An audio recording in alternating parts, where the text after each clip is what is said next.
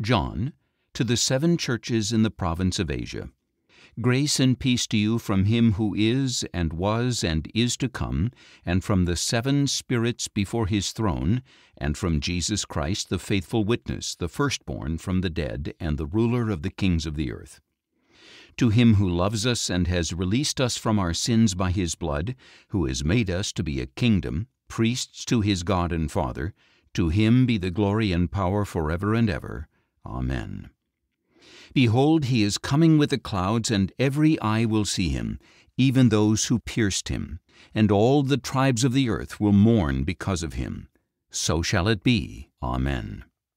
I am the Alpha and the Omega, says the Lord God, who is, and was, and is to come, the Almighty. And last week we talked about, in verses 1 to 3, we talked about the revelation of Jesus Christ. This book is about the revelation of the Lord Jesus Christ.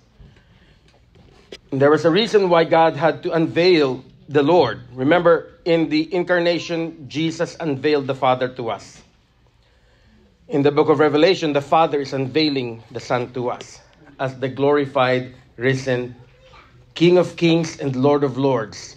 Not just the Lamb who takes away the sins of the world, but also the Lion of Judah, who is worthy to break the seals and open the scrolls. But here in verses 4 to 8, now that the Lord Jesus has been unveiled for the church, and why was the Lord unveiled for the church? Because the church has forgotten who the Lord Jesus is. And that's why there's an unveiling that was taking place in verses 1 to 3.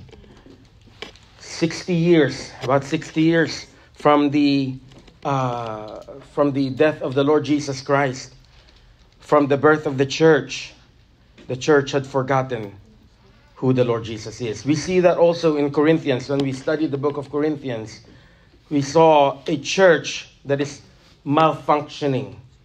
Okay, a malfunctioning church, the church of the Corinthians. A rich church that's mega church perhaps. Nice sound system, nice audiovisual technology. But boy, they were dysfunctional. And they had forgotten who it is that they're serving. But when we go to the 7 churches of Revelation, we also see the same pattern. A pattern of churches not knowing who they are in Christ. And today, we're focusing on verses 4 to 8. Now that the Lord Jesus has been revealed, this is the verse 1 says, this is the revelation of Jesus Christ. It's like an artwork, a sculpture, or a painting, and there's a cover on the painting. And the person revealing it is saying, here it is, and then pulls the cover, the sheet. And everybody is supposed to look. And right now we're at that place. We've unveiled, the Lord has unveiled for us, the Lord Jesus Christ. What is our response now? To look at what is being unveiled. So church, today I want you to behold God, beholding God. When was the last time you've beheld God? And I think for many it has been a while. Oh, we know Him from what we heard and what we read from scriptures. Last Friday when we were doing our Bible study, and I really praise God for the topic on last Friday, and we were talking about the Holy Spirit. And in our group discussion, I asked, what is your most memorable experience with the Holy Spirit? A personal, most memorable experience with the Holy Spirit. And I've heard lots of stories. And for those who have no experience with the Holy Spirit, my point was, I pray that as they listen to the people who have experienced and encountered the Holy Spirit, that they too will desire to encounter the Holy Spirit.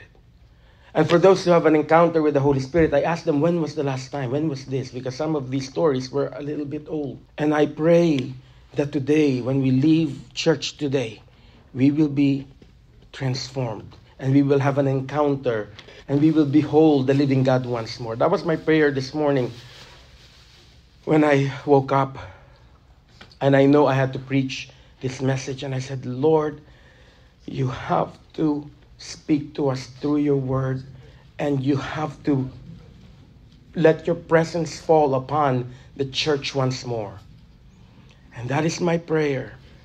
And the praise and worship this morning, I felt the presence of the living God.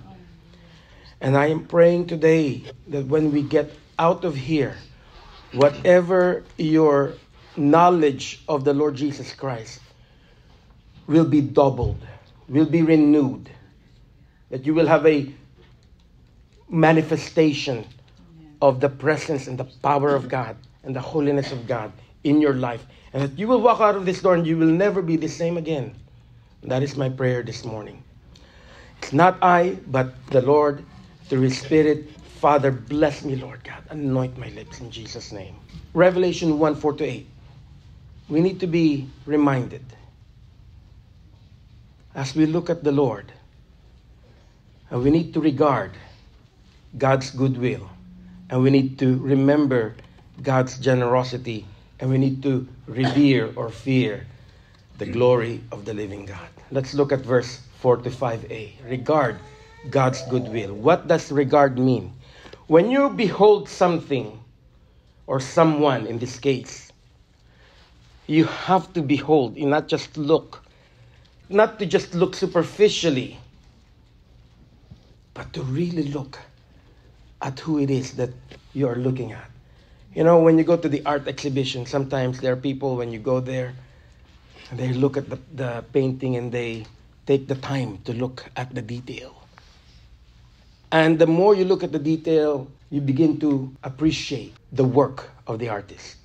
Same thing with the Lord. As the Lord is unveiled before us, we need to now look at Him. And we need to, with eyes, spiritual eyes, not rushing. That's why I'm doing this a little bit at a time. And I find that the more you look at the verses a little bit at a time, and you dig into it, there are jewels there that otherwise you would have missed if you just, I can preach this verses 1 through all of chapter 1 today.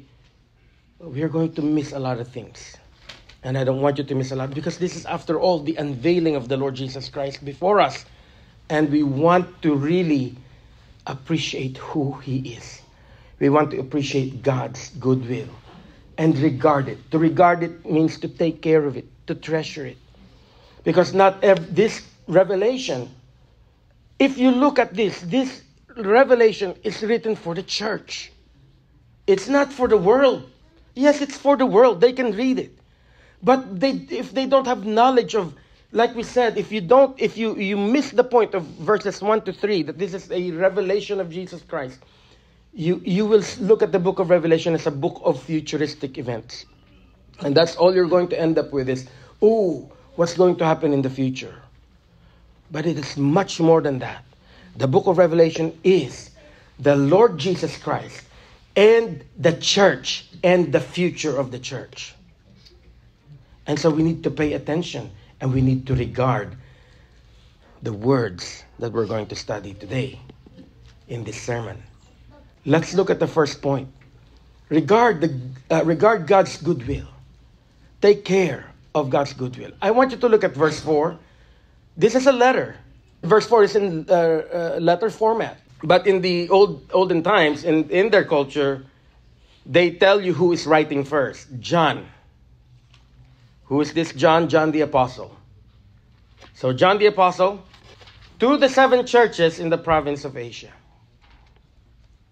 And these churches would be named one by one. There's a special, this one right now is a general message to the churches. And there will be a specific message for each church. Why the 7 churches? I haven't really explained why there were only 7 churches here. And we look at the Bible, and you might say, Pastor, how come the church in Corinth was not mentioned there? Or the church in Philippi was not mentioned there? How come the church in Jerusalem or the church in Rome was not mentioned there? There's a reason why these 7 churches were specifically chosen. Because, and I'll tell you right now, just for that we may have an understanding, these churches were chosen because of their location, number one, their geographic location. If you look at it, it's like a circle. It's like a clock. Okay? They're going clockwise. What does clockwise tell you? Time. Okay? Remember, this is a prophetic future event. Okay? Because of their geographic location, because of their spiritual condition.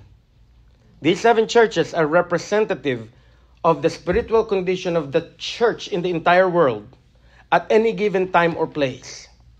And we have churches here in the book of Revelation who have forgotten their first love. We have a church here in the book of Revelation who is dead. Although they had the reputation of being alive, but they are actually dead. We have the last church. The Lord said, I'm about to spit you out of my mouth. We have the church in Smyrna who was persecuted, but in spite of the persecution, they were commended for their faithfulness to the living God. We have the church in Philadelphia who were doing the work of God. That was the church that was doing what they're supposed to be doing. And that's why there were 7 churches. And you will see the number 7 in the book of Revelation because it's symbolical for many things. But in a nutshell, that is why only 7 churches were mentioned here. Now, it says that John to the 7 churches in the province of Asia. Are you going to tell me, Pastor, that's no longer for me? Is it? Yes, it is. Because, like I said, the 7 churches is the representation of the churches in the whole Christendom. So just because it says to the 7 churches and Maranatha Christian Fellowship was not specifically mentioned here, doesn't mean that we shut our ears and say, okay, Pastor, we'll just skip that one. No, this is for us. This is for us. And what is the first thing that comes from the pen of John and the inspiration of the Holy Spirit?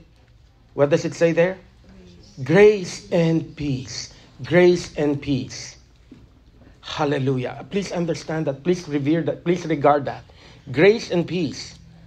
Grace and peace is not possible until the redemptive work of the Lord Jesus Christ. Because of Jesus Christ's death on the cross, we have peace with God. And that peace with God comes because of His grace. It's not because we were good people that He died for us. On the contrary, He died for our sins. While we were still sinners, Christ died for us. That is the gospel. And some of you need to understand grace. Some of you here are struggling with grace because we have been raised in our former religion of Roman Catholicism where you have to work for God's grace. That is not so. God's grace has been freely given to us. That is why it's called grace. If it is by works, it's no longer grace. The Apostle Paul argued about that. Some of you need to understand this because you've been raised in a culture where much is expected of you. From the moment you were born, and you go through, especially if you studied in the Philippines, everything is graded and everything is categorized. The people in the front row, those are the smart people. If you're in the back row, you see the stigma, right? They take the board exam, they say, top 10. In the United States, they don't care who the top 10 is. You pass the exam or don't, because that's really the point, right? And my wife and I had an argument about this before, because my wife, and I'm not, she was top 10 in the board exam of nursing in the Philippines. And we had an argument, and I said, does it really matter if you're top 10? Because right now, the person is not top 10, you're making the same money, right? So it doesn't really matter. But it also matters in the sense that you applied yourself and got the grade that you got. In that sense, it matters. But in the grand scheme of things, who cares? Right? Now, for the children here going to college, see, Mom, it doesn't matter whether I get a C or an A. It actually does. If you're going to go for a master's degree, if all you have is a C, you're probably most likely not going to be accepted for the master's program. So it does matter. But in the grand scheme of things, it does not. Now, let me phrase this in our spiritual condition. Does it matter whether you're good, very good, or excellent? It does not, because grace is grace. As a matter of fact, those who are holding onto their good works, those are the people who have a hard time receiving the grace of God. And I like Sister Yvette's prayer this morning, Lord, if there is any sense of unworthiness, remove it. That is grace. Now, where do we get the Father's constant goodwill? See, great. I want you to understand something, by the way. Verses 4 to 5, you see the Trinity here. And there's a reason why the Trinity is mentioned here. I am a firm believer that if the Word of God tells us something once, we need to listen. If it tells us something twice, we need to pay attention. If it repeats again and again, really, really, really pay attention. And here in verses 4 to 5, what the Bible, what the Word of God is telling us, that He has grace and peace available to you from the Godhead, from the Almighty God, from the three persons of the Trinity. We begin with the Father. Grace and peace to you from Him who is and was and is to come. What does that phrase mean? A lot of times, sometimes we mistake this as, oh, this is for the Lord. But actually, it is for the Lord Jesus. But this is also applied to the Father. And a lot of times, because we are drawn to who is and was and is to come, oh, Jesus is the one who came, so this must be referring to Jesus. But no, that's the phrase who is and was and is to come does not pertain to a specific coming of the Lord. Rather, this is a description of God's eternity. He is, He was, and is to come. I don't know why they phrase it that way, because we're used to past, present, and future. But here we have present, past, and future. It's a cultural thing. Don't get tripped over that. The main point is, God's grace and peace to you is His heart from the past. It is His heart today for you. And it's His heart for you in the future still. Do you understand that? Do you understand that? Please regard that. Because I want you to understand. You and I have been extended the grace of God. Amen. Whew. That doesn't excite you. I don't know what else will excite you. Thank you for those who are excited about it. My prayer is that we will all be excited about this. This is why we are here. This is why we stand as a church. If not for the grace of God. Hallelujah. I want you to look at Exodus 34:6. This is the Lord God speaking to Moses after they rebelled. After they have created a golden calf. And they have forgotten the God who delivered them from Egypt. They have forgotten the God who parted the seas. And 40 days into the wilderness, and Moses was up in the mountain for 40 days with the Lord. He comes down, and there are the people, the Israelites, worshiping this golden calf. And the Lord said to Moses, please stand aside, because I'm about to strike these people. I will strike them dead, and I will start with you. That is what the Lord said to Moses. I don't know if you understood that. That's the story that they skip most of the time when they tell the story. And Moses appealed to the Lord. He said, God, don't do it. Don't do it. And in his conversations with the Lord, Moses said, Lord, I want to see you. I want to see you, Lord. And the Lord said to Moses, you cannot see me because you will die. But he said, I will let you see. In the Hebrew language, it says, I will let you see my backside. Well, God has no backside because He's Spirit.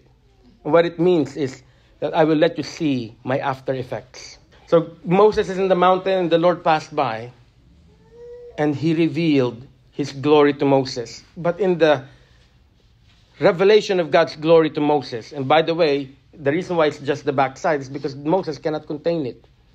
He would have died if he'd seen the full glory of God. As a matter of fact, when Moses came down, just seeing the backside, the after effects of God, he had to wear a veil because the glory of God was so intense that his face was radiating. And when he came down the mountain, his face was radiating. The people were scared and said, "Can you please put a veil over your face? We could not stand to see the glory of God." But as Moses saw the glory of God, this is what the Lord told him, this verse. And I've highlighted it for you. What does it say? The Lord God is compassionate and gracious, slow to anger, abounding in loving devotion and faithfulness, abounding in love and mercy in some translations. Please remember this. God's heart for you will always be the same. No matter how much we stray away. And it amazes me. And that's why grace is amazing. Because even if we stray away, God's heart for us has not changed. It is us who has changed. But God's heart for us has not changed. It is still a heart of grace and compassion and peace. And my prayer is that we will not disregard the grace, but we will regard it with fervor. That we will regard it with carefulness. Because after all, where else can you find the grace and peace that God offers us? Hallelujah. We also see, and it says there, from the 7 spirits before his throne. Grace and peace to you from him who is and was and is to come. Grace and peace to you from the 7 spirits before his throne. The 7 spirits before his throne. Pastor, why 7? Are there 7 Holy Spirit? No, there's only one Holy Spirit. Like I told you, 7 is all throughout the book of Revelation. 7 churches, the 7 spirits of God, the 7 seals, the 7 trumpets, the 7 bowls. Okay? You will see that again and again. Why? Because number 7 is the number of God. It's the number of completion. So what it's telling us is that grace and peace also comes from the completeness of the goodwill of the Holy Spirit. There's also another verse that we're going to look at that answers the 7 spirits before his throne. You will also see the 7 spirits mentioned in the book of Zechariah. But there's also the 7 spirits of God in Isaiah 11:2. Isaiah 11:2, the Spirit of the Lord, that's one. He's called the Spirit of the Lord, will rest on him. Who is him? The Lord Jesus Christ. This is a prophecy about the Lord Jesus Christ. The Spirit of the Lord will rest on the Lord Jesus. And what will rest on him will be the spirit of wisdom, a spirit of understanding, the spirit of counsel, a spirit of strength, the spirit of knowledge, and the spirit of the fear of the Lord. That is 7. Completion. These are the 7 roles and offices, so to speak, of the Holy Spirit, for lack of a better word. And that 7 spirits of God is on the Lord Jesus Christ. And guess what? Let's go back to our verse. The fullness of the Holy Spirit is being offered to you today, to the church. Grace and peace from the 7 spirits before his throne. In my prayer, I said, Lord, and I'm expecting this from the Lord today. When we open up the altar, I want you to come. If you have not experienced the Holy Spirit in a long time, I want you to come. If you are doubting about the grace of God in your life, I want you to come. I want you to be refreshed. This is the time. Today is the time that we will be refreshed by the Spirit of God. I know it because He already gave us a foretaste of it this morning in our praise and worship. Romans 15:13, now may the God of hope fill you with all joy and peace as you believe in Him, so that you may overflow with hope by the power of the Holy Spirit. And some of you are needing hope desperately today. And today I'm telling you, today you have hope in the Lord Jesus Christ. By the power of the Holy Spirit, you have hope, you have joy. He will fill you. And my prayer today is that you will go out filled. Not just filled but overflowing. That you may overflow with hope by the power of the Holy Spirit. Father, send your Holy Spirit to us during this service, Lord. Hallelujah. Not only that, but the goodwill of God to us, the grace and peace has also been certified by the Lord Jesus Christ. It's been certified. Verse 5, and from Jesus Christ, the faithful witness, the firstborn from the dead and the ruler of the kings of the earth. The faithful witness. He is our faithful witness because he has witnessed to the power of God. How? By his resurrection from the dead. That's what it means, the firstborn from the dead. Firstborn from the dead doesn't mean first to rise from the dead. What it means is that the firstborn, remember, there are other people who rose from the dead before the Lord. Even in the Old Testament, there were people who were raised to life. Firstborn from the dead means he's preeminent. Of all the people who rose from the dead, he's the one.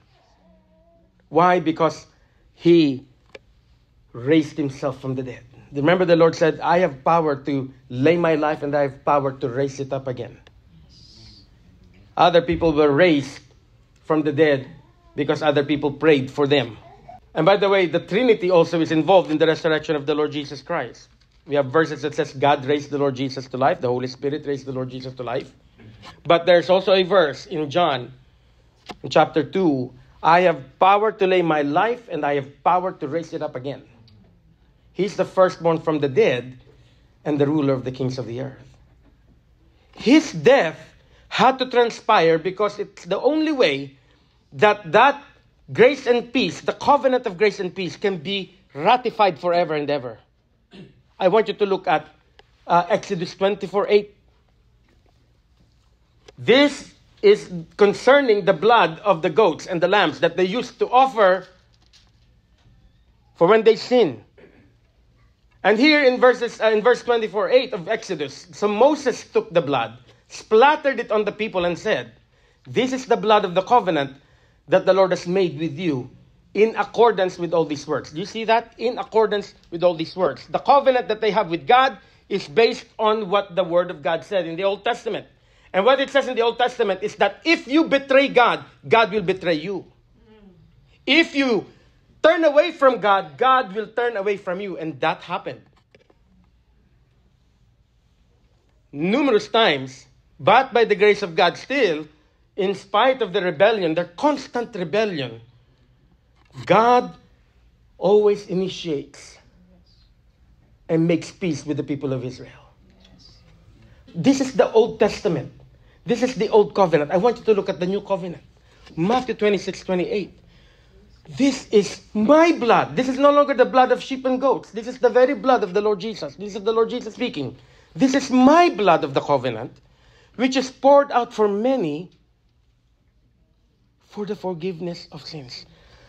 I want you to understand that the moment you put your faith and trust in the Lord Jesus Christ, I don't care what it is that you have done in your entire life. The sin is gone. The sin is gone. The blood of the bulls and goats will only cover it. But the blood of Jesus erases it, washes it away, washes it clean. Hallelujah. I stand here before you, before God perfect. And you stand before God perfect by the blood of the Lord Jesus Christ. Whew! Hallelujah.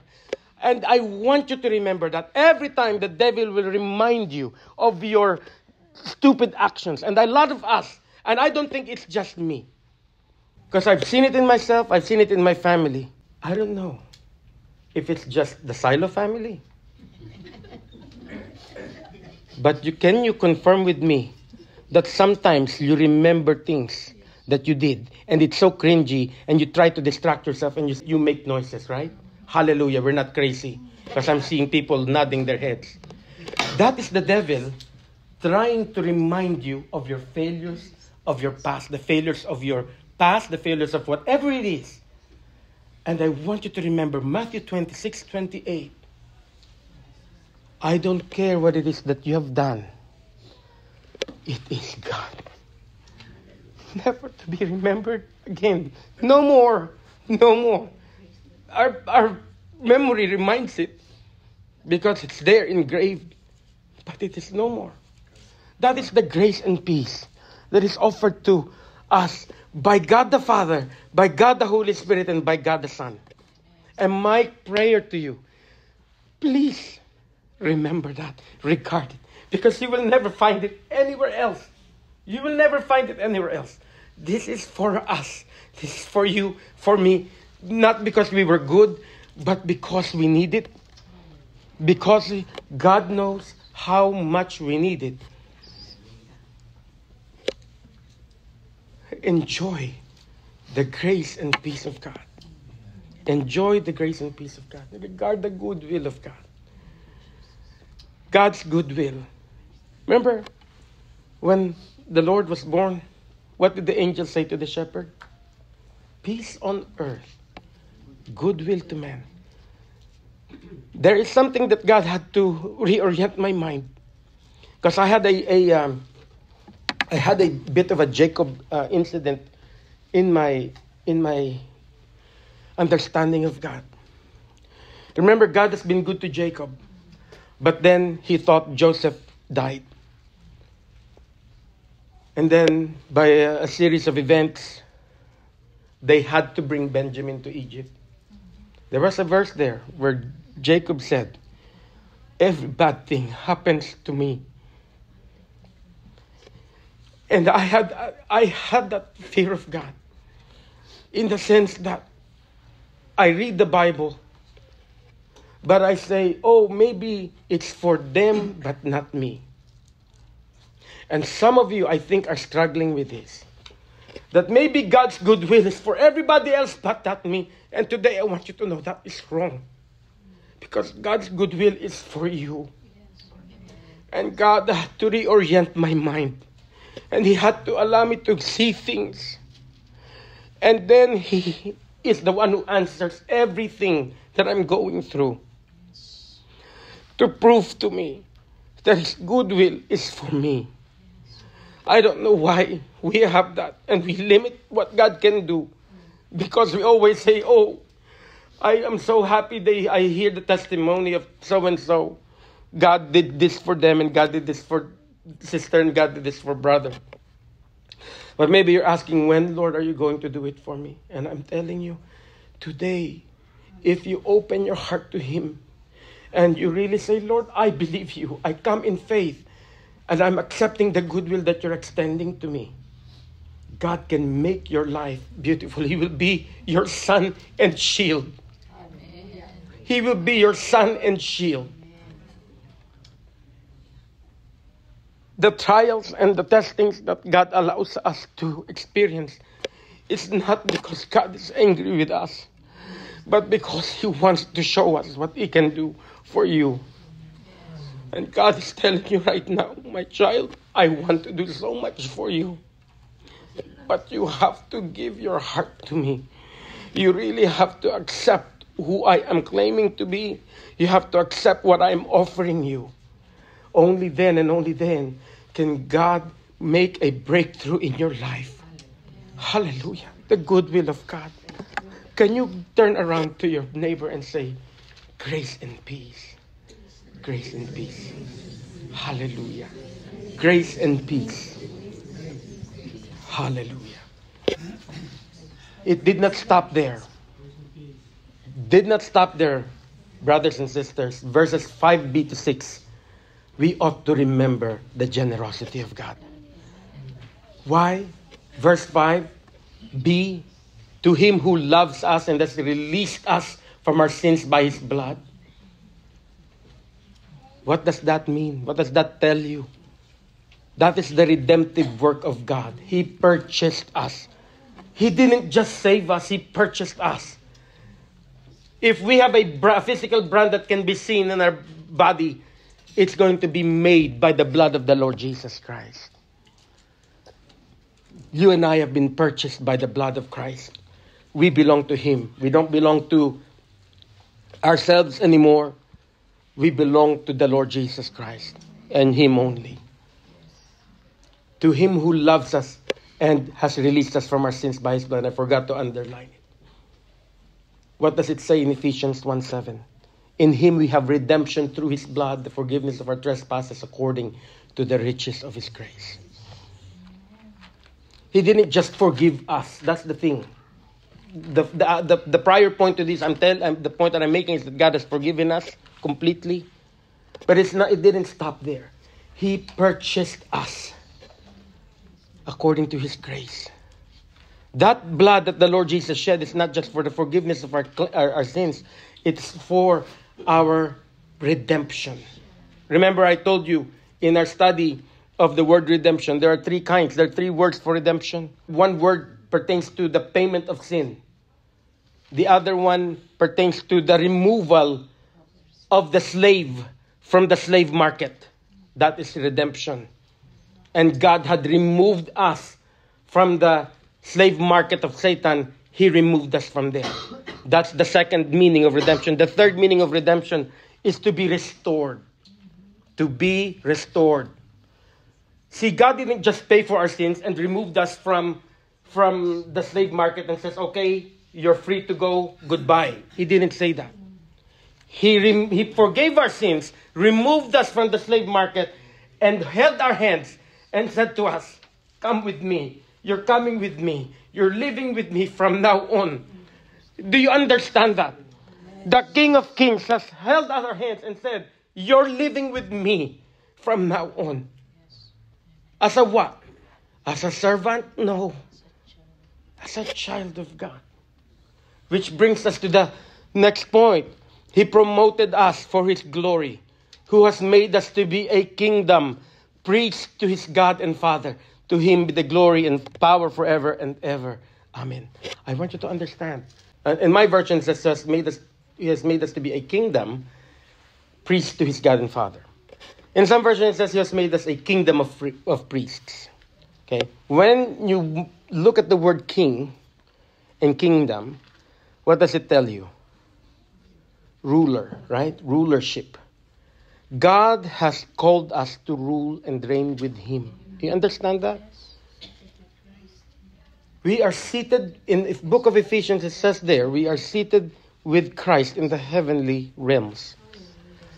It means that to be a part of God's kingdom as His child means you have the authority. I want you to understand this because we have forgotten this. And we succumb to every problem. We succumb to every situation and we just say, oh, it is what it is, I guess. But I'm telling you today, you have the authority. You have the royal authority of the King of Kings. You have the authority to rise above what it is that is in your situation right now. You have the authority. You have the authority. This is God's promise. I am not the one saying this to you. It's the Word of God saying this to us by His blood. By the blood that He purchased us with. We have the authority to trample on snakes and scorpions and to overcome the power of the enemy. You have the authority to come against any principalities. If Satan is attacking your checking account, your checkbook, you have the authority to stop it. How? See, He has made us to be a kingdom of priests. Our authority comes from the very throne room of God. And we ought to go into prayer. This is the power of prayer that I believe in. I really do. And as God is revealing Himself to me, His power to me, I was sharing in the Friday Bible study. I called in sick Monday because I was still sick.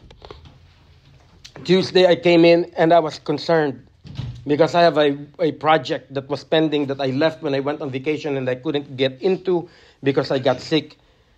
And I don't have the tools that I need. And I have forgotten what I'm supposed to do. And I'm stressing out. And I'm telling Eileen, can I just quit my job?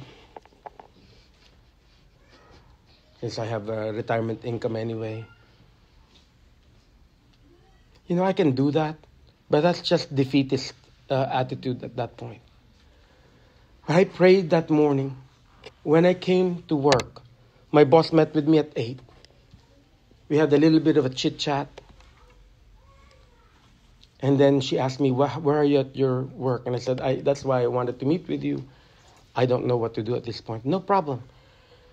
She opens the laptop. She took over, and all I need to do was watch. And all I need to do after that was maybe 30 minutes of extra work. And what I was scared of and fearful of, the Lord answered for me. That is the kind of God we serve. If we will but put our trust in Him and not worry. You know, every time something happens, we always like, oh, well, it is what it is. No, refuse to accept it. Refuse to accept it. You have an appointment with the doctor.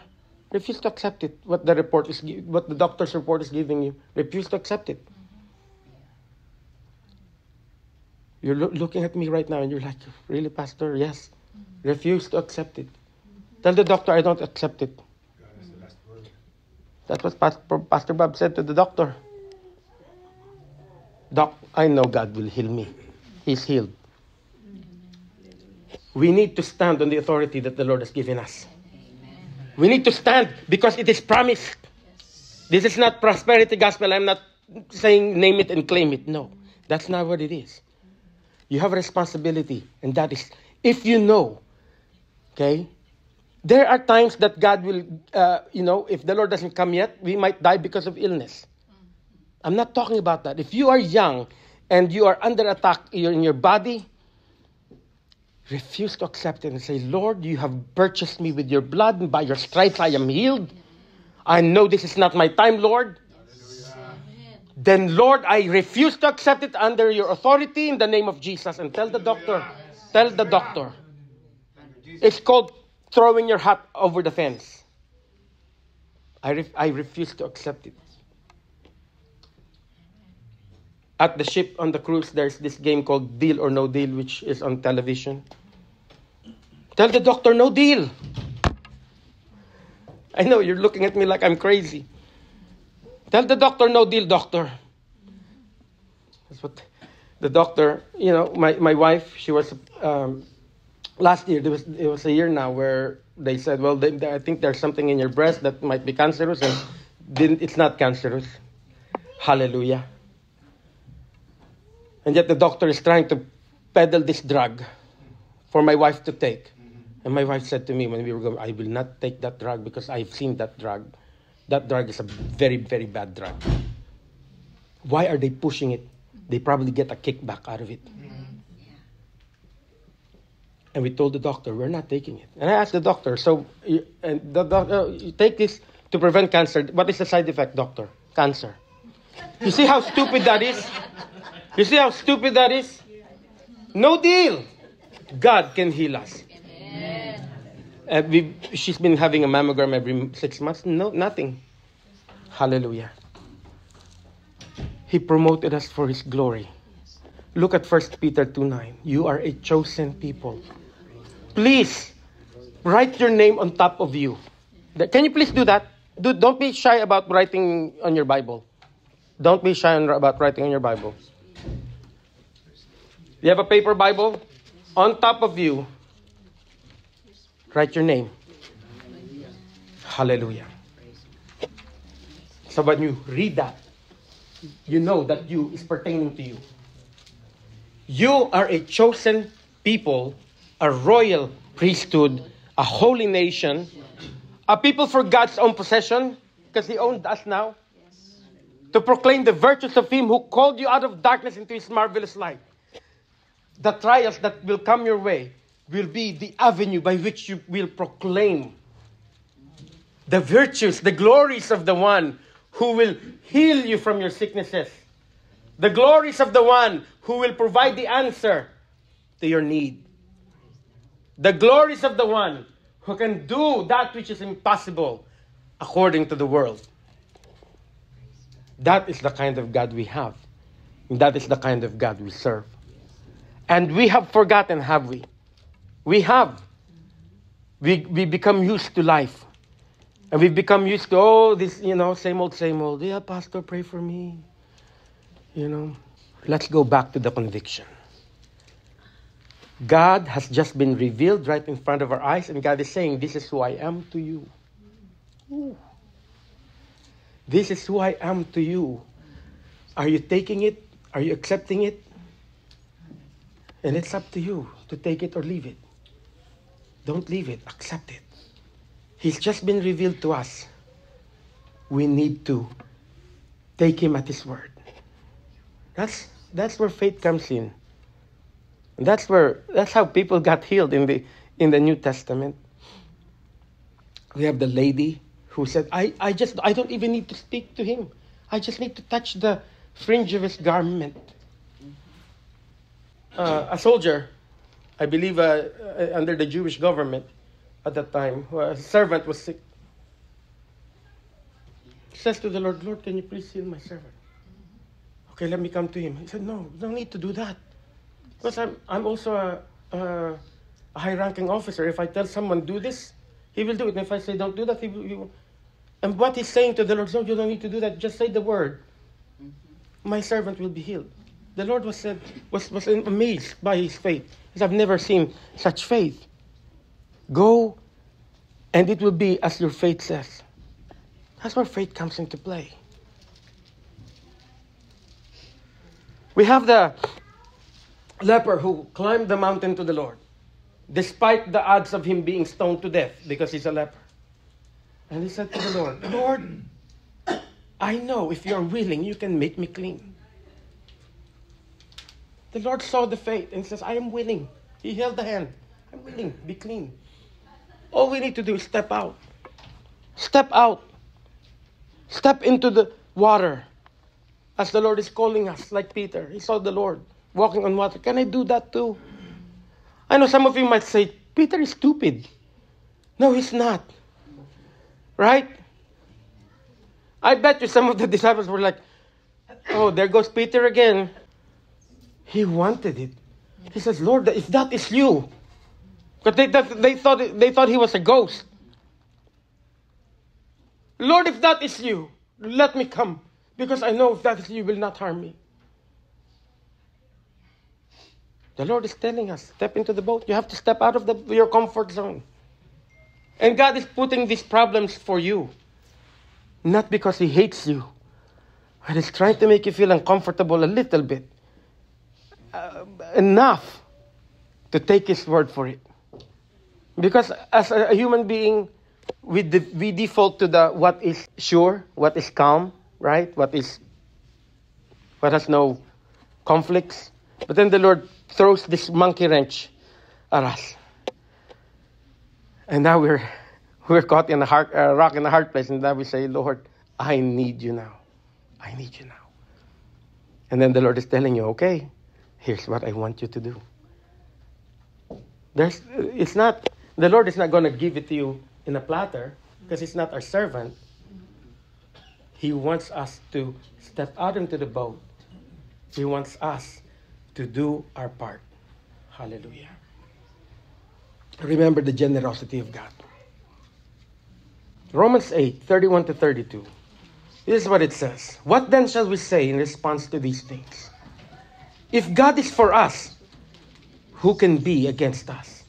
Verse 32. He who did not spare his own son, but gave him up for us all, how will he not also, along with him, freely give us all things?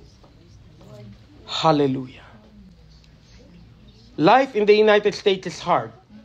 And I don't say that to discourage the new people that came from the Philippines. But life in the United States is hard. I think it's even harder here than in the Philippines. But you know what? Our God is with us. And if God is for us, who can be against us? Hallelujah. And so we need to revere the glory of God as well. Verse 7, behold, he is coming with the clouds, and every eye will see him, even those who pierced him. And all the tribes of the earth will mourn because of him. So shall it be. Amen. And again, I'm sorry I forgot to highlight and underline. But I just want you to concentrate on verse 7 for now. This speaks of the second coming, not the rapture of the church. I want you to understand. How do we know? Because in the rapture of the church, only the church will see him. I want you to understand that. At the rapture, when we are raptured, nobody else will see what's happening other than us. And all they'll see is clothes that have dropped on the ground and cars that have veered off on the highway because the driver has been raptured. That's the only thing that the world will see. But at the second coming, when the Lord Jesus comes back with his church, it says there on verse 7, every eye will see him, even those who pierced him. And then the remaining people, right? The Jewish nation and the remaining people will finally see that Jesus is Lord all along. And they will be in mourning. They will be ashamed. They will be embarrassed. And my prayer is that, I'd rather deal with my sins today. I'd rather be embarrassed today than be embarrassed at the second coming. You don't want to be embarrassed at the second coming. And I've been rebuked by God. And I know what it feels to feel the embarrassment. Because after all, God is a holy God. And when he rebukes us and he tells us of the things that we're not supposed to be doing but we're doing, it really hurts. It's not so much that I am embarrassed, but I am hurt that I hurt the one who loved me. And if we are not going to remember that we have been purchased by God, like we have talked at the sermon all along in the middle part, he purchased us. And if he has purchased us and we keep on doing things that is not for the people of God to do, we will be embarrassed. We will be left behind. If we continue and we persist on a rebellion, God will deal with us. And my prayer today is that, yes, on the one hand, we have the goodwill of God and we have the generosity of God. And on the other hand, we need to remember that God is holy. He is our God. And we need to give him the fear that he deserves from us. We need to worship him for who he is. We need to give him our lives. He gave all for you. You have to give all to him. It's as simple as that. But some people are greedy. They want all of Christ, but they don't want to give all of themselves to Christ. We have to learn to say, Lord, I surrender this portion of my life. And it may come, and when the Lord rebukes you for whatever it is, it may come as a rebuke. And you may be embarrassed a little bit. But it's okay to be embarrassed now than be embarrassed later. Okay? So revere him as Lord. What does Romans 10:9 says? That if you confess with your mouth Jesus is Lord and believe in your heart that God raised him from the dead, you will be saved. That is the point of revelation. Revelation is not just Jesus is Savior. Jesus is also Lord. Yes, he came to save us. He came to afford us all these things. But he wants your life. He wants your all. He wants your love. He doesn't want your tithes and offerings. You're supposed to give your tithes and offerings. But in and of itself, if you just give the tithes and offerings without the love, he doesn't care about that. He wants you. He wants what is most precious to you. What is most precious to you? Your life. He wants your life. He wants what is most precious to you. Some of you might say, well, my children's lives are more precious than mine. I probably will be up on those side. Guess what? He wants you to love him more than you would love your children. That takes us to our last point in revering God's glory. Revere him as the love of your life. Verse 8. Verse 8 says, I am the Alpha and the Omega, says the Lord God, who is and was and is to come, the Almighty. Now, I want you to understand something here. If you look at that verse, who is speaking there? Who is speaking here? The Father? No. Who? Jesus. The Son. Jesus the Son is speaking here. I am the Alpha and Omega. says the Lord God, who is and was and is to come, the Almighty. I heard the testimony of Sister Marlene. Sister Marlene, I hope you don't mind my sharing, but she used to be with the Iglesia ni Cristo, and she said on Friday, they lied to me. They lied to me for true, because that's what they did. They malign the person of the Lord Jesus Christ, because in the Iglesia ni Cristo, Jesus is a human being only. No, he's not. Look at verse 8. I am the Alpha and the Omega, says the Lord God, who is and was and is to come, the Almighty. How do we know that this is Jesus? Because he is coming with the clouds. The Father is not coming. Jesus is coming with the clouds. I am the Alpha and the Omega. That means the first and the last. By definition, that there cannot be two first. Okay? And so when verse 8 says, I am the Alpha and the Omega, says the Lord God, who is and was and is to come, the Almighty. That means he is all that could ever be. In other words, let me break this down even further. Jesus should be all in your life. He should be the front and center of your life. No human being would demand this thing from anybody. This is the Lord speaking, Matthew 10:37-39. Anyone who loves his father or mother more than me is not worthy of me. Anyone who loves his son or daughter more than me is not worthy of me. And anyone who does not take up his cross, meaning if you are not willing to die to yourself and to die for the Lord, you are not worthy of him. Verse 39, whoever finds his life will lose it, and whoever loses his life for my sake will find it.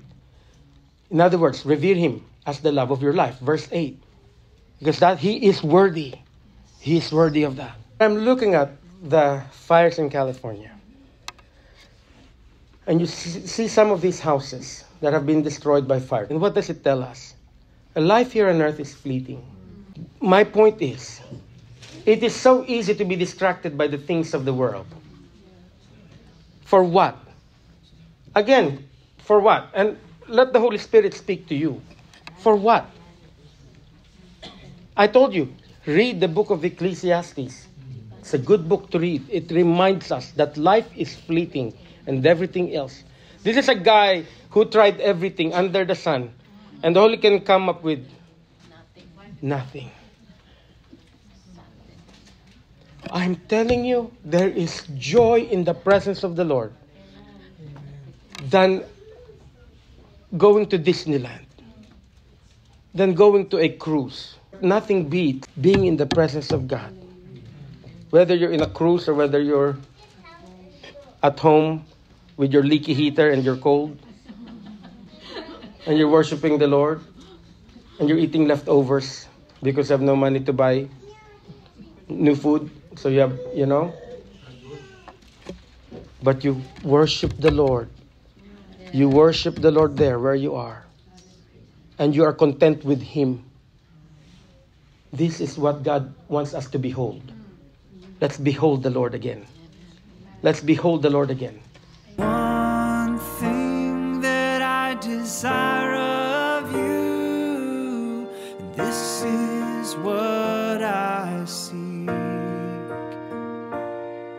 that I may dwell in the house of the Lord all the days of my